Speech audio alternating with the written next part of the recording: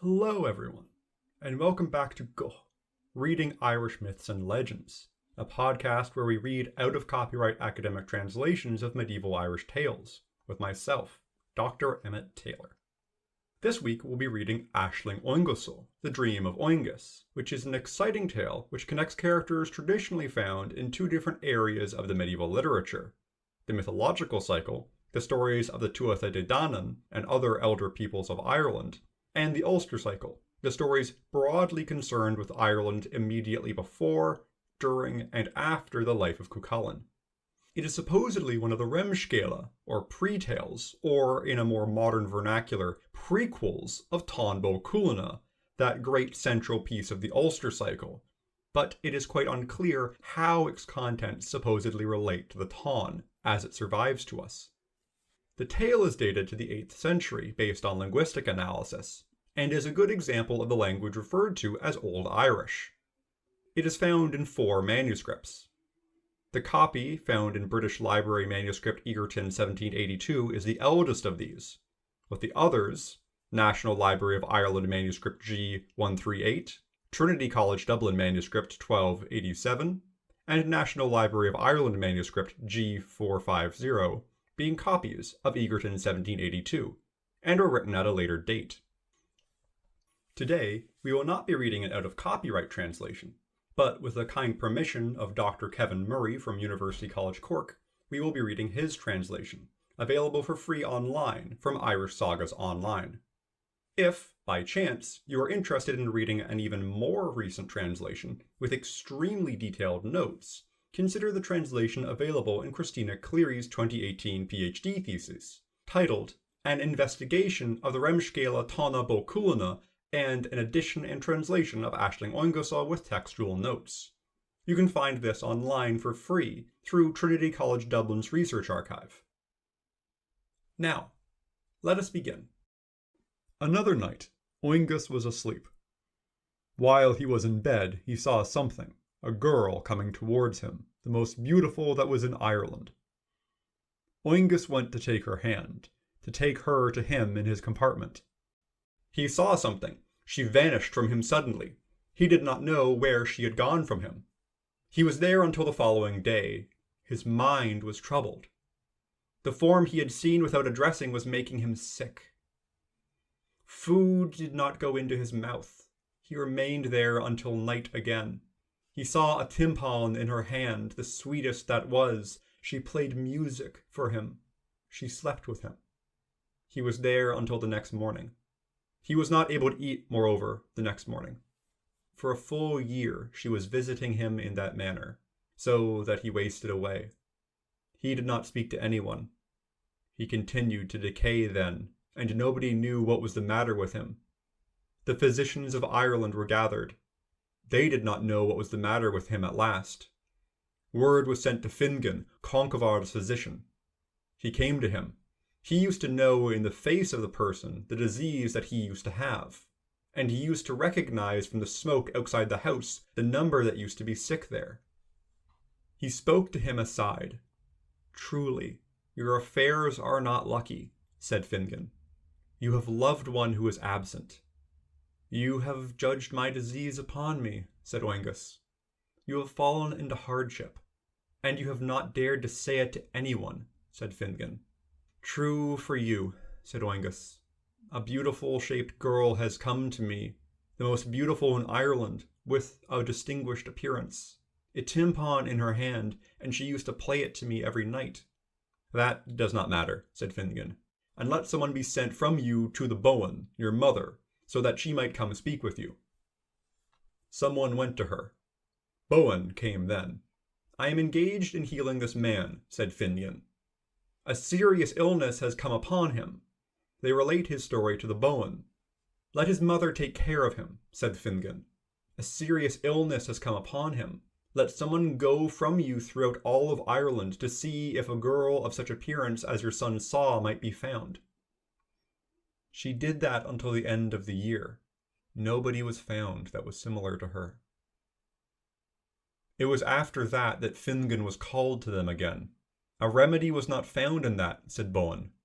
Finnegan answered, Let someone be sent to the Dagda to come and speak to his son. A messenger was sent to the Dagda. He came again. Why have I been summoned? To counsel your son, said the Bowen. Your help is better for him. His wasting away is unfortunate. He is in decay.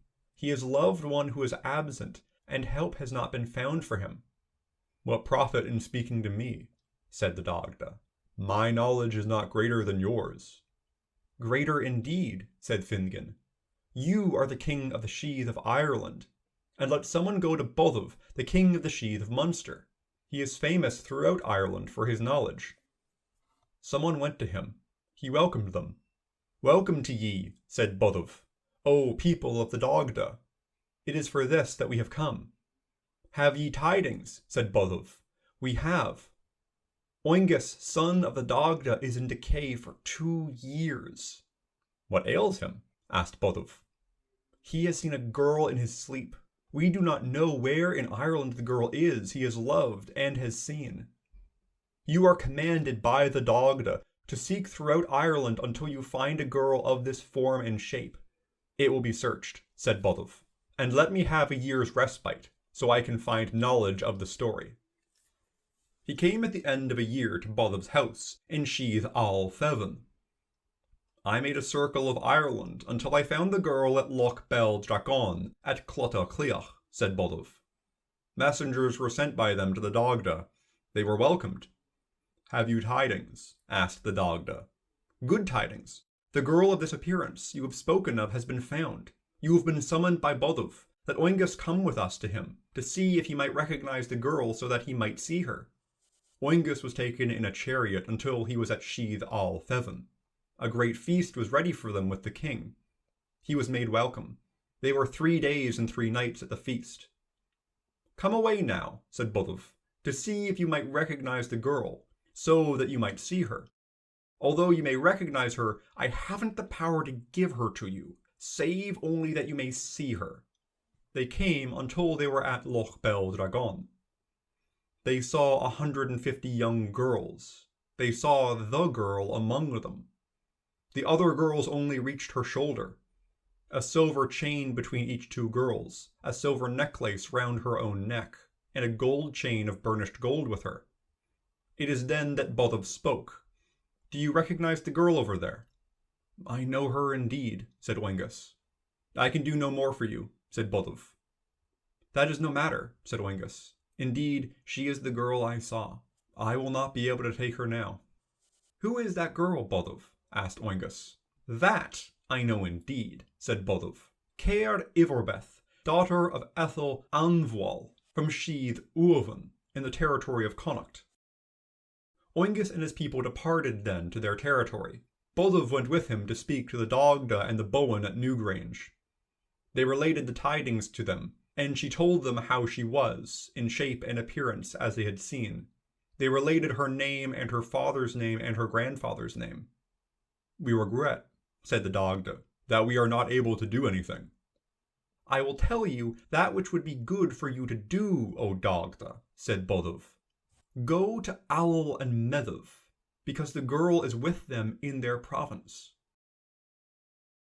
The Dagda went until he was in the lands of the Connachta, 60 chariots the number.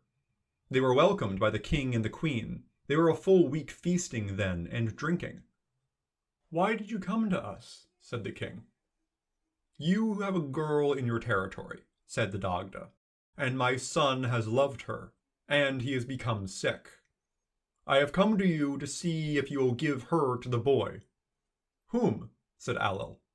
The daughter of Ethel Anvwall. We do not have that power, said Allel and Medov. If we were able, she would be given to him. The best thing is for the king of the Sheath to be called to you, said the Dagda. Allel's steward went to him. A request for you from Allel and Medov to go talk with them. I will not go, he said. I will not give my daughter to the Dagda's son. This was related to Allel. He will not come. He knows why he was summoned. No matter, said Allel. He will come, and the heads of his warriors will be brought with him. Then Allel's household and the Dagda's people rose up and went to the Sheath. They overran the whole sheath. They took 60 heads out of it and brought the king confined to Cruachan. Afterwards, Ailill said to Ethel Anvual, "Give your daughter to the son of the Dagda."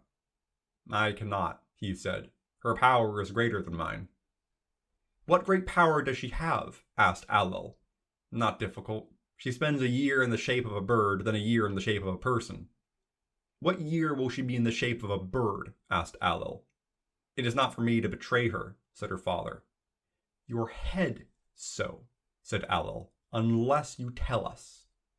"I will not keep it secret any longer," he said. "I will tell it," he said, "as you are going about finding her so diligently. Next Samhain, she will be in the shape of a bird at Loch Bel Dragon, and wondrous birds will be seen there with her, and 150 swans will be around her, and I have special permission for them."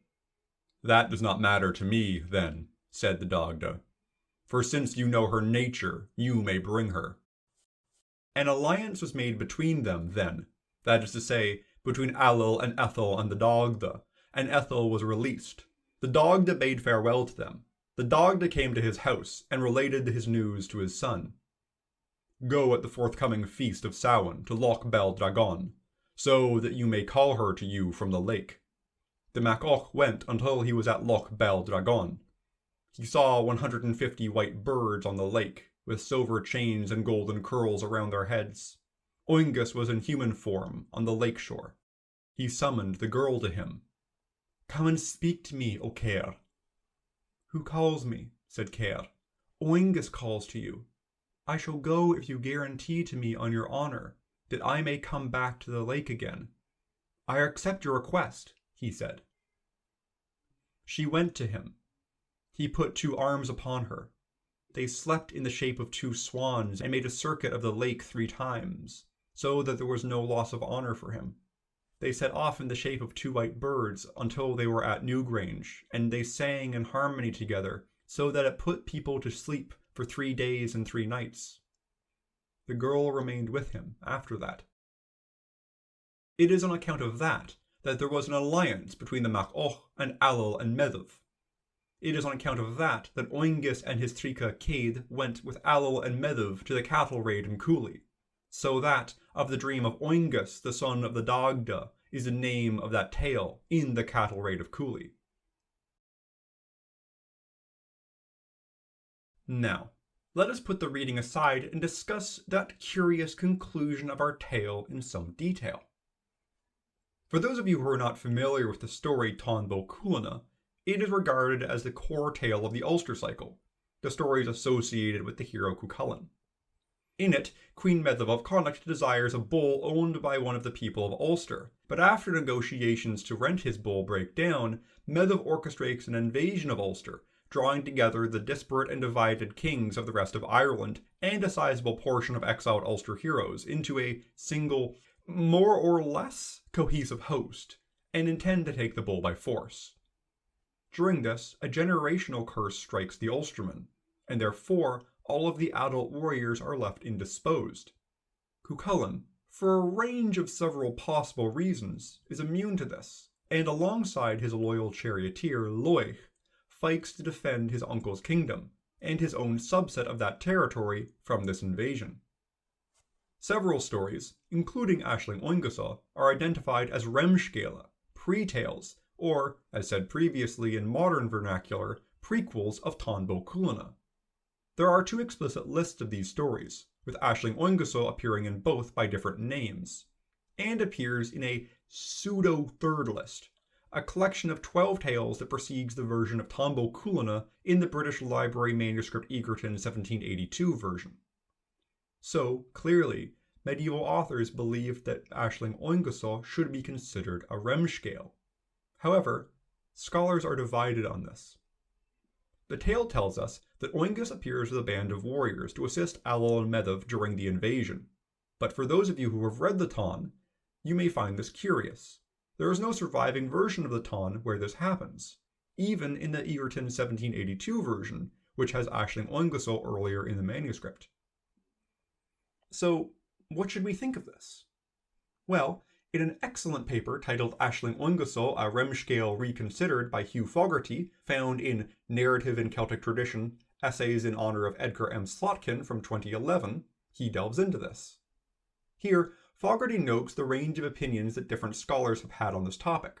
For instance, Francis Shaw believed that the language of this final section linking the tale with Aisling Óenguso was a later addition, not something that was a part of the original extent of the text. Alternatively, Tomás Ó Cathasoch suggests that Óengus may have come to the aid of Ailill and Medb in a version of the Táin that has been lost to us. Fogarty takes a different approach, and argues that we should believe the medieval authors, that Aisling Óenguso can be a Remscéla, if, perhaps, we take a slightly different opinion on what a Remscéla might be.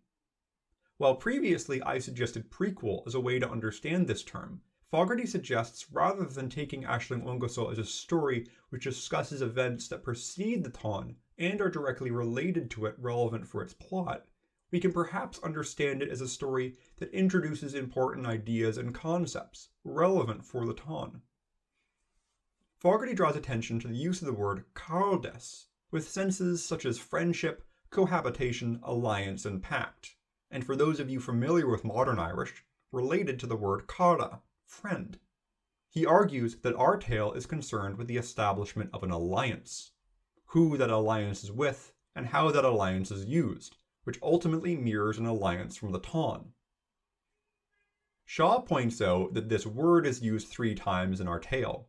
First, by the physician to describe the relationship between Caer and Óengus, then to describe the pact formed between Ailill, the Dagda, and Ethel, and lastly, in the conclusion, describing the alliance between Óengus, Ailill, and Medb.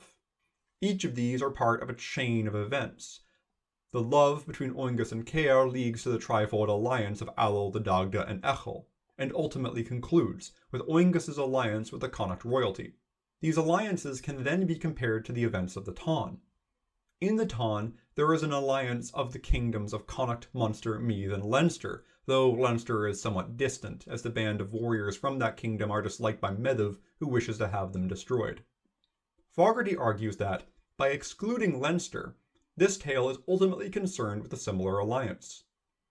Bohun, the Dagda, and Óengus are related to the Boyne Valley in Meath, while Ailill and Medb are in Connacht, and Balthiv Derg, who initially assists in the search for Óengus's beloved, is in Munster. Therefore, our story presents a threefold alliance between these kingdoms, similar to what is seen in the Táin.